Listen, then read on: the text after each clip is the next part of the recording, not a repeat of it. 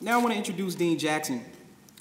Dr. John Jackson Jr. is the Dean of the School of Social Policy and Practice and Richard Perry University Professor at the University of Pennsylvania. Jackson received his bachelor's in communication from Howard University in Washington, D.C., and his PhD in anthropology from Columbia University. He spent 3 years as a junior fellow at the Harvard University Society of Fellows and 4 years teaching at Duke University in the Department of Cultural Anthropology and the Center for Documentary Studies. He's the author of several books, and I'm going to list them off because I think it's very impressive.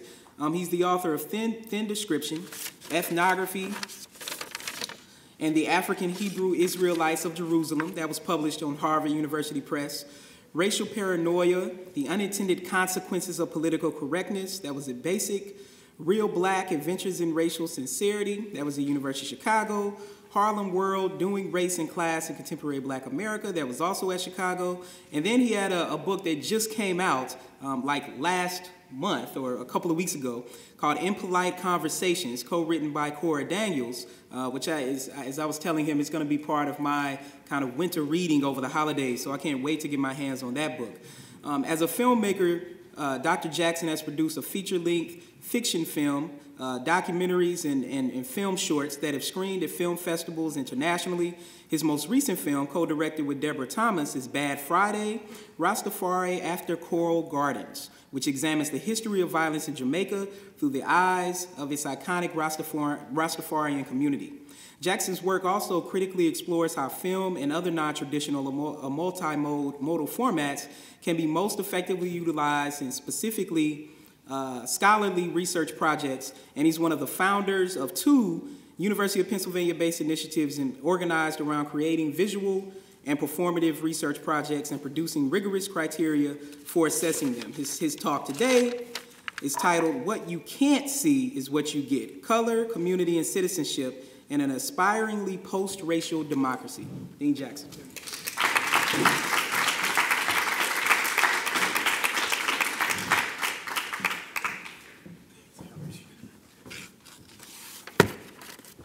Good afternoon.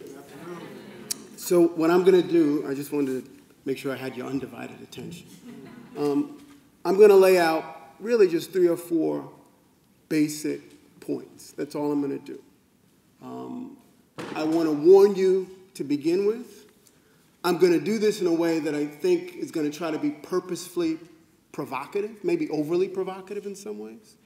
And that's okay. I think hopefully it'll stir some conversation afterwards.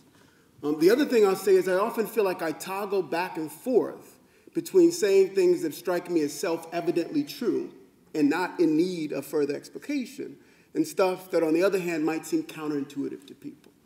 And I think race is one of these ideas, and our investments in racialism, I think, are quintessential examples of that kind of tension between the self-evidential and the seemingly counterintuitive. Now, part of what I want to lay out for you today is my sense of what we need to be thinking about if we're going to talk seriously about our investments in so-called post-racialism or post-racial future for American society. Now, usually people mean one of 2 things.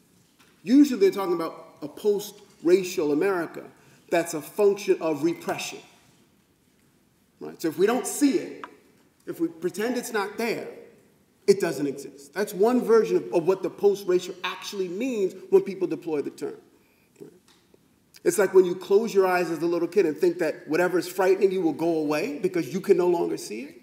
That's a version of American investment in post-racial. There's only one. The other one, maybe the more aspirational, the more laudable, but in some ways maybe even equally problematic, is the notion of post-racialism as transcendence. Right? So we didn't repress it. It's not like we're ignoring it, but somehow we've beaten it back. We've defeated it. Right? We've gotten past it. And in some ways, I think both of those logics are the logics that often guide and overdetermine the kind of discussions we have in unproductive ways about the future of racial difference, racism, and discrimination in American society. I don't think they're particularly helpful for us. And I don't think they're helpful for a couple of reasons. One reason is because I'm trained, for better or worse, as an anthropologist, as an ethnographer.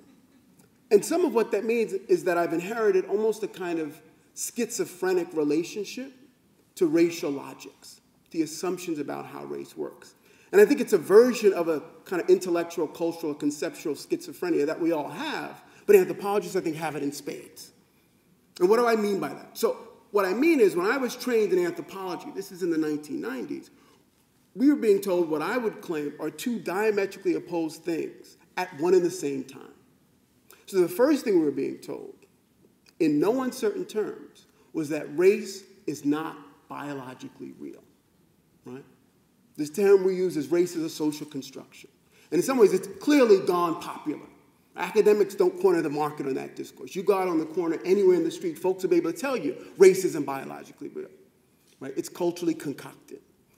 And they kept drilling that in, and we have all the arguments for why race isn't rooted in genes or blood or biology at all. And to me, they make sense. Again, almost in a seemingly self-evidential way. But at one and the same time, we were being told something else. At least I was being told as someone being trained to be a cultural anthropologist. And that simply was that culture, by itself, is incredibly powerful. Right? So we inherit these debates across the social sciences and humanities.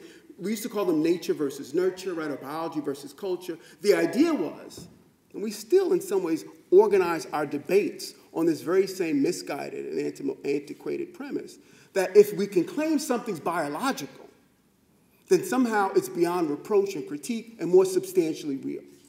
Right? If it's merely cultural, well then all bets are off. We can change it. We can do whatever we want to do. And one of the things we are being told as cultural anthropologists is don't believe the hype about the fungibility of culture, about the ease with which we can voluntarily reproduce it, right, and reconfigure it at our whim. That actually culture is powerful because it operates just the same way we imagine the natural operates. Or we say it's naturalized, right? It's like second nature. It's like the air we breathe. What's the point? The point is to say you're not doing enough if I would argue, if you've merely proven that race isn't biologically real. Because race can do the same thing it's always done historically and be as pernicious as it's ever been, even and especially if folks recognize that it's culturally registered and not biologically. The example I always bring up, and only because it's a wonderfully sensational example, is a guy that got caught at a Dunkin' Donuts in 1999. This guy named Leo Felton. I don't know if you all have heard the name of Leo. Anybody know Leo Felton? How do you know Leo Felton? Oh, okay. So I always bring him up. But Leo Felton's interesting because he got arrested at Dunkin' Donuts 1999 for trying to pass off fake bills. But that wasn't even the story. It was a story because after a little bit of digging, the journalist found out that he was also passing himself. He was passing as a white supremacist, right? And what they were doing is they were trying to launder money so that they could actually blow up Jewish monuments all around Boston, Massachusetts. But what's so fascinating about this story is he wasn't passing as a neo-Nazi skinhead, right? He was the love child in the 1960s, the back father, white mother. He wasn't passing to do some kind of New Yorker expose, right, on what they're trying to do and how they're doing it. He was, quote unquote, passing because he genuinely believed in their racial project. And when the journalist visited him in his cell to ask him how he could be biracial and still be committed to a white supremacist project, basically what he said was, race is a social construction. Right? It's not biological. Right? Race is about what you feel and think. And what I like about that example, what it brings home, I think, is the fact that we can actually do the very same kinds of deadly and pernicious and offensive things under the auspices of social construction as we did when we imagined race had to be biologically grounded. Du Bois figured this out a long time ago. Right? He also figured out that if we're going to talk seriously about race and its significance to us, we have to recognize a couple of things at the same time. The first thing is that we're not going to be able to have a kind of genteel bourgeois conversation over tea and crumpets. Right? That to talk honestly, we're always talking about we need a dialogue on race. To talk honestly about race, it's going to mean there's gnashing of teeth. It's going to actually have to recognize the connection between intellectuality and all the ways in which our investments in racial logics are about what we feel. It's in our gut. It's in our soul. Part of the reason why people fight against the naturalized social constructions that we all treat so preciously is because they recognize that if they were really willing to let go of some of that stuff, right? If we're raised to think of ourselves in racialized terms or conventionally gendered terms, right? Or specifically normative sexualized terms, then to let those things go really fundamentally means a kind of existential crisis, right? These aren't things we put on top of who and what we are after the fact, right? They constitute who we are. So to tell someone that what you basically believe about your world needs to be radically, completely overhauled, those are fighting words. People don't want to hear that. And so part of what I want us to recognize is that if we're going to have a serious conversation about what race means vis-a-vis policy and everyday life, we're going to have to recognize there's going to be blood on the floor. There will be. Now, what I'm hoping is that's just metaphorical blood, right? Not actual blood. But that we can produce spaces where people can actually speak honestly about their different investments in these ideas. One of the reasons I think I became an anthropologist is because I'm really fascinated by the fact that people can live in the same spaces, right, breathe the same air, go to the same schools, and believe diametrically different things about the self-same world. I go, how is that possible? How is that possible? That's what drove me into anthropology's arms. But the other thing I think it constantly brings home to me is the fact that and it's ironic that I'm an academic who speaks a lot, because what I like about ethnography at its best is it's a very sort of humble social science. And your job is to recognize that you can listen to anyone and get cultural insight. To me, there's a very powerful thing, an underappreciated thing, a commitment to active listening. That's one of the things we don't want to be constitutive of a lot of our dialogues on race. We usually just kind of bide our time until the other side's done speaking. Right? Maybe we might pretend we're listening, but we're not really. We're just, teeing up our own argument. And then when they're done, we hammer them. Right? We're not listening. We're not trying to do that kind of quintessentially ethnographic pose of trying to see the world through their eyes. We're trying to figure out how they got to the place where they're at. Again, doesn't mean you accept it, doesn't mean you sanction it, but first and foremost, you have to understand it. Often we can't talk because we think we know what our interlocutor is saying before they've opened their mouth. And often we don't, not in a really robust way. And so anthropology, I think, helps with that. The other thing I think the field is very good at, as a sort of nice framework for thinking about what's possible in our discussions about a post-racial America, is it has this really complicated relationship to history. Really complicated. So anthropology is often considered a very presentist discipline, right? We're on the ground, in the world, doing research with people here and now. We're talking to them, like I said, we're listening to them. But we also recognize those individuals have a history, right? They have a past. And often it's difficult, and it's always been difficult for the field to figure out how to incorporate a really robust appreciation of history into their analysis of the present. And the thing I want to tell you that implies for us, at least this is what I think, you don't have to agree, is that it's not just enough to say, if you don't know your history, vis-a-vis discussions of race, you're doomed to what? Repeat it. Actually, what I would argue is that, in some ways, that's incredibly prescient and very smart. But at the very same time, we shouldn't fall into this trap of imagining somehow that history, right, the history we've inherited, can give us all the answers we need for the emergent racial world. It can't, because we've never lived in a society like the society that's currently constituted, both here and across the globe. Never lived in anything like this. No human species have ever engaged the kind of racialized landscape we have. They haven't. I mean, just think about the United States. For the bulk of the history of this republic, you could be unabashedly racist. Right? You could run on racialist platforms explicitly. Right? That's what made you win. So it's only recently, right, since the 1960s, basically, that we've demonized, and I think in some ways this is a very good thing, demonized these explicit forms of racial prejudice and banished them from the public sphere. In some ways, that's a victory. And so it's just a starting point. It's not an ending point, but it's a victory. It means that really it's more difficult to get away with these unabashed, explicit investments in racial disparaging of others the way we used to be able to do as a typical matter of course in electoral politics and larger society. But all of this is new terrain for us. So we often don't know how to negotiate it, which is why we have this kind of peekaboo play with racial gotcha moments. We're trying to constantly find the ways in which individuals who might be saying the right things in a politically correct society might be actually harboring some other kinds of feelings. I've actually talked about this as the difference between sort of de jure investments in difference and segregation and or racism, right?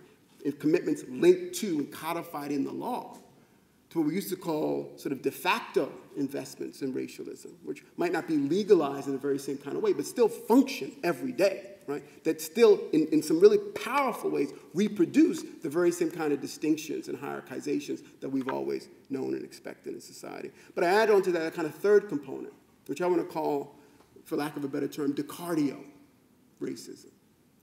And all I mean that term to stand in for, really, is a notion of understanding race that says you can never even trust your interlocutor in a sort of politically corrected context. Why? Because you're not sure if they're telling you what they think they need to tell you, right, if they want to win the election, or they want to get the job, or what they truly actually believe.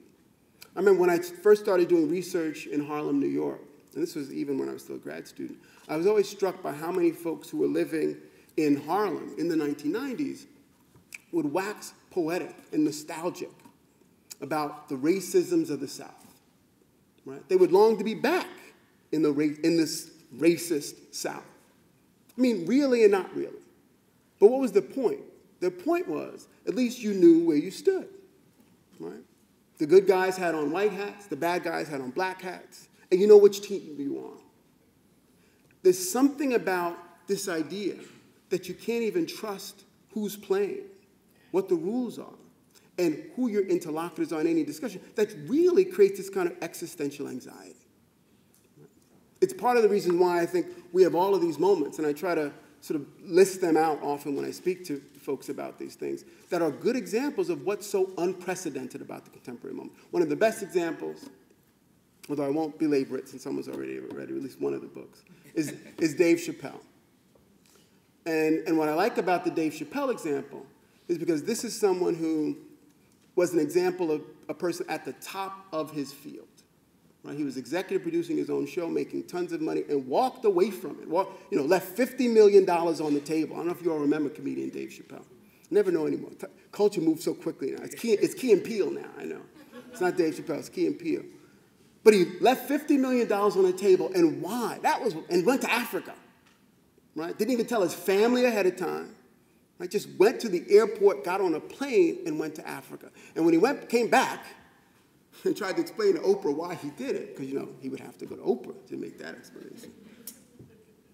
He said it was because of the way someone on his staff, someone who worked for him, right? So not his boss, not someone who can make any decisions, someone for whom he made decisions about, how someone on his staff laughed at one of his jokes. And he said there was something about the laugh. There was nothing, like no laugh he'd quite seen before. He couldn't articulate what it was. Right? It was intangible, but he felt it. And this was actually a skit where he ended up dressing up in blackface. And this blackface character would come on anytime one of the figures of color would see one of their stereotypes manifested before them. And so he thought his job was to deconstruct race, to show us how race continues to haunt us. But in that instant, he realized he didn't know if that person was laughing with him or laughing at him. If it was actually having the effect he wanted it to have, or reproducing a certain kind of investment in the same dastardly forms of racial commitment that he knew he was trying to challenge with his comedy. And wasn't anything specific he could point to about the curl of the lips or anything like that. It was something else. And to me, there's something about that moment, that sense of feeling, and not necessarily being able to translate that into specific data points on someone's face that you can delineate. That's really the moment we're in. That's the moment we're in. There's another great, these come up all the time, actually. And it's usually on college campuses. There are versions that I'm sure that have been at University of Maryland. But there's this sort of ongoing theme of, for some reason, white college students wanting to dress up in blackface. Right? Usually for a holiday theme party, right? There are a whole bunch of, but I remember there was this one wonderful example in Florida where I think it was the women's softball team who dressed up in blackface, but that's not what made the story interesting. What made it interesting was they borrowed the jerseys from their black friends on the basketball team, and the black friends helped them put on the blackface. And so when the administration came to them and said, this is so racist, what are you doing? They were like flabbergasted. This is like racist, what are you talking about? They said. Clearly, when you all put on black cork and invoked this tradition, you were trying to demean people. We're doing this in the context of a relationship with people we love and care about. Now, I think that difference does make a difference. Right? Again, it's what do we do with this history? Now, I think it's also interesting and somewhat telling that the way that interracial bond, that connection that I have no reason to doubt wasn't sincere and genuine between those white and black students played itself out in that tradition of blackface minstrelsy. That's not innocent, but it's still not quite the same thing as what we had before. And I do think both of those points are good ones. Everyone from Amiri Baraka to Paul Gilroy would talk about this as a notion of history or historicity that's about the changing sameness of the present moment. So stuff is kind of like what we saw before, but a little bit different. I think that blackface example is, I think, one really powerful version of what that might look like. And so really the key point, I think I'm going to end on this note, the key thing I'd want to sort of hammer home is that when we think about race's structural coordinates, right? So I think Professor Bowman did a wonderful job of explaining the inadequacies of certain understandings of racism and racial investment in this kind of interpersonal one-on-one sense, right? That we have to think about the structures. But the point I would also want to raise is one that says, be careful assuming that the structures themselves are the same through time and space. Right? So we're talking about structural racism, but the structures themselves change. So it was structural racism when it was actually Jim Crow, not just what Michelle Alexander calls the new Jim Crow. Right? So there's an analogy there, but they're not conflatable in any simplistic way. And so part of what we have to figure out is what are the structures in place that we're talking about. And I think they're both structures that are about the institutions that we use. They're structures that are linked to the ways, the sort of discursive formations that we accept and naturalize and reproduce in the conversations we have. But I think it's also about the structure of the ways in which we understand our own investments in this material, in these ideas. It's about being courageous, about being self-critical, self-transparent. I always tell people, you know, if human beings actually understood what they thought, right? If we were self-transparent, you know, psychologists would be out of business. There'd be no therapists.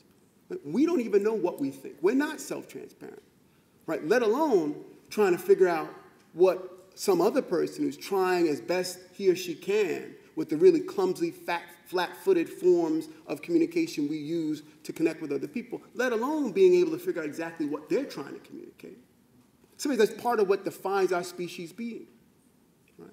You know, we often say, I think, therefore I am, is kind of what the motto was, what explains our difference. I think the other thing that explains it is we have this capacity, this incredible capacity to miscommunicate. We do it effortlessly.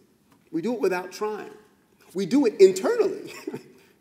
And so part of what I want us to think about is the degree to which we can have a series of conversations about the levels of analysis, the scales of analysis that we need to be more transparent about and critical about if we're going to make sense of what race is going to look like in the future. And so I do think that's about thinking through our own internal investments in some of this history. And it's not like we're going to be able to pull all the layers off the onion, because if we do, it disappears. Also doesn't mean that just because race is cultural, or anything is cultural, that it's bad. I always, often try to tell my students to tell me what isn't cultural. Right? What that you care about, that you live and die for, isn't cultural. That's the stuff.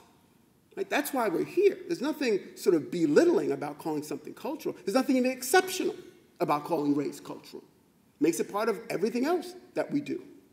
But the idea is, what do we then, after we make this really clear move from a notion of race as linked to the biological, one that says, well, culture has its own sui generis force and power, what do we then use that to do? So it's about thinking through our own investments in that stuff. It's about trying to figure out all the ways in which we reproduce social segregation, even without trying to do so.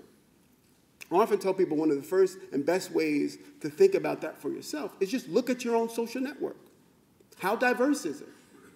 Right? And not at its most far-flung edges, but in terms of your intimates, right? The people you break bread with every day, the folks you'd say you love.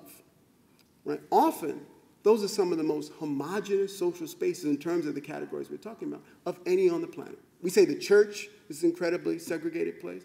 Our intimate social networks are profoundly segregated. Doesn't just mean you sort of make a friend who's different and all of a sudden the world is a better place. It means you have to recognize it's easy to reproduce segregation and marginalization without even trying. We inherit that logic, right? So going on and trying to play with that. And then I think at the sort of third and final level is trying to figure out how to translate these ideas into things like social policy and institutional change. In an academic context, and I'll end on this note, before I became dean, I was an advisor to the provost at Penn on diversity. And diversity is one of these things in the academy that everyone loves in the abstract. Right? But once you try to translate that into specificity, it becomes much harder to pull off. But I find even before you get there, right, even before you get to how to operationalize diversity in academic concept, there's something about this presupposition we have about what diversity actually is and means that I find maybe even more pernicious. And that's this assumption that diversity really just means we want everyone here, we want to turn over any rock we can turn over, we want as diverse a community as possible, as long as they do things the way we do them. Right? And so they may not look like us, but in every other way that's significant, they better do what we do.